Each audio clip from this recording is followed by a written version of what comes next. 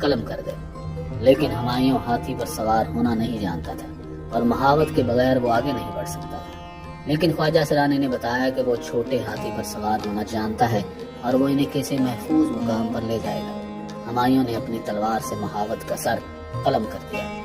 ابو الفضل نے اکبر نامہ میں بھی یہ واقعہ نقل کیا ہے، لیکن انہوں نے کسی خواجہ سرا کا ذکر نہیں کیا۔ حیدر مرزا دوغلت اپنی کتاب تاریخ رشیدی میں لکھتے ہیں، اس دن 17,000 سپاہی ہمایوں کے ساتھ لڑ رہے تھے، لیکن جب وہ بھاگا تو وہ اکیلا تھا، نہ سر پر ٹوپی تھی نہ پاؤں میں جوتے تھے۔ ہمایوں نے ادھار کے گھوڑے پر کنور سے آگرے کا سفر کیا، لیکن شکست کی خبر ان سے پہلے ہی پہنچ چکی تھی۔ جو لکھتے ہیں کہ تقریباً 3,000 دیہاتیوں نے ہمایوں کو آگرہ کے آدھے راستے بھان گاؤں کے قریب روکا۔ یہ دیہاتی شکست خوردہ فوج سے لوٹ مار میں مہارت رکھتے تھے۔ ہمایوں نے ان گاؤں والوں سے نمٹنے کے لیے اپنے بھائی ہندال اور عسکری سے مدد مانگی، لیکن وہ آپس میں لڑنے لگے۔ اسی طرح ہمایوں ان گاؤں والوں سے پیچھا چھڑا کر آگرے پہنچنے میں کامیاب ہوئے۔ تاہم جولائی 1540 میں اپنے والد کی وفات کے 10 سال بعد ہمایوں کو آگرہ بھی چھوڑنا پڑا۔ جب ہمایوں آگرے سے بھاگنے لگا تو شیر شاہ نے اپنے راجپوت سپہ سالار وہم دت گوڑ کو ایک بڑی فوج کے ساتھ اس کا پیچھا کرنے کے لیے بھیجا۔ عباس روانی لکھتے ہیں کہ گوڑ کو ہدایت کی گئی تھی کہ وہ ہمایوں سے لڑنے کی بجائے اس کا پیچھا کرے۔ ہمایوں کا پیچھا کرنے کا مقصد اسے پکڑنا نہیں تھا، بلکہ اسے ہندوستان سے بھگانا تھا۔ ہندال اور عسکری دونوں نے شیر شاہ کے خلاف پہلی مہم میں ہمایوں کا ساتھ دیا تھا، لیکن گوڑ میں ہندال نے انہیں چھوڑ کر آگرہ واپس آنے کا فیصلہ کیا تھا۔ وہاں ہندال نے ہمایوں کی غیر موجودگی میں اقتدار سنبھالا اور وہاں اس کے نام پر خطبہ پڑھا گیا۔ ہمایوں نے شیر شاہ سے لڑنے کے لیے اپنے بھائیوں کے ساتھ اتحاد کی تجویز پیش کی، لیکن ان کے بھائی کامران نے اسے قبول نہیں کیا۔ وہ اپنے سپاہیوں کے ساتھ لاہور روانہ ہو گیا۔ گلبدن بیگم لکھتی ہیں، ہمایوں نے لاہور سے شیر شاہ کو پیغام بھیجا، میں تمہارے لیے پورا ہندوستان چھوڑ آیا ہوں، کم از کم مجھے لاہور میں رہنے دو۔ شیر شاہ کا جواب تھا کہ میں تمہارے لیے کابل چھوڑ آیا ہوں، تم وہاں کیوں نہیں جاتے؟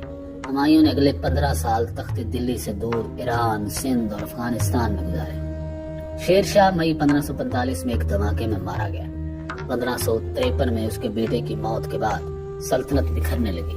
1554 میں کابل سے خبریں آنے لگی کہ سلیم شاہ سوری کا انتقال ہو گیا اور اس کے بیٹے کو اس کے چچا نے قتل کر دیا۔ اسی لیے ہمایوں نے ہندوستان پر حملہ کرنے اور اپنی کھوئی ہوئی سلطنت دوبارہ حاصل کرنے کا ارادہ کیا۔ جب ہمایوں نے نومبر کے وسط میں کابل سے ہندوستان کی طرف کوچ کیا تو اس کے پاس 3,000 سپاہی تھے۔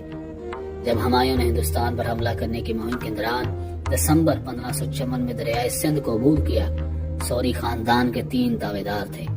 ان میں سب سے نمایاں سکندر شاہ تھا، جس کے پاس دلی سے پنجاب کے روہتاس تک کنٹرول تھا۔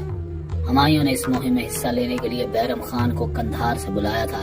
ان کا 12 سالہ بیٹا اکبر بھی اس کے ساتھ تھا۔ جب ہمایوں 24 فروری 1555 کو لاہور میں داخل ہوا تو اسے کسی قسم کی مخالفت کا سامنا نہیں کرنا پڑا۔ اکبر نے سرہند کی لڑائی میں ایک ڈویژن کی قیادت کی۔ سکندر شاہ میدان جنگ سے بھاگ کر پنجاب کے جنگلوں میں چھپ گیا۔ ہمایوں کی فوج 23 جولائی 1555 کو دلی میں داخل ہوئی، لیکن قسمت نے دیر تک اس کا ساتھ نہیں دیا۔ جنوری 1556 کو ہمایوں نے گلاب کے پانی کا آرڈر دے کر افیون کی آخری خوراک لی۔ دوپہر میں ان کی ملاقات کچھ لوگوں سے ہوئی جو حج سے واپس آئے تھے۔ انہوں نے انہیں سرخ پتھر سے بنی اپنی لائبریری میں ملنے کی دعوت دی جو چھت پر تھی۔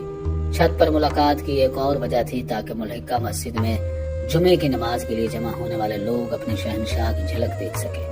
ملاقات کے بعد ہمایوں نے اپنے ریاضی دان کو اس بات کی تصدیق کرنے کے لیے بلایا کہ اس دن زہرہ آسمان پر نظر آئے گا تاکہ وہ اس مبارک موقع پر کچھ لوگوں کی ترقی کے احکامات جاری کر سکے۔ گلبدن بیگم ہمایوں کی سوانح عمری میں لکھتی ہیں کہ اس دن بہت سردی تھی اور تیز ہوا چل رہی تھی۔ ہمایوں سیڑھیاں اترنے لگا اور ابھی دوسری منزل ہی پر تھا کہ قریبی مسجد سے اذان کی آواز آئی، اللہ اکبر۔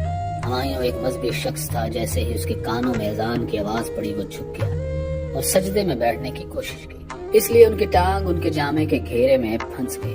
ان کا پاؤں پھسل گیا اور شہنشاہ سیڑھیوں سے گر پڑے۔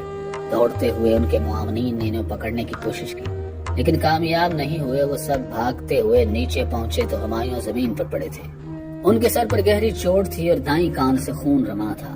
ہمایوں نے پھر آنکھ نہیں کھولی۔ سلطان زینے سے گرنے کے 3 دن بعد فوت ہو گئے۔ ہمایوں کی قیادت کرنے کی صلاحیت ہمیشہ سوالوں میں رہتی تھی، لیکن ان میں دوسری خوبیاں بھی تھیں۔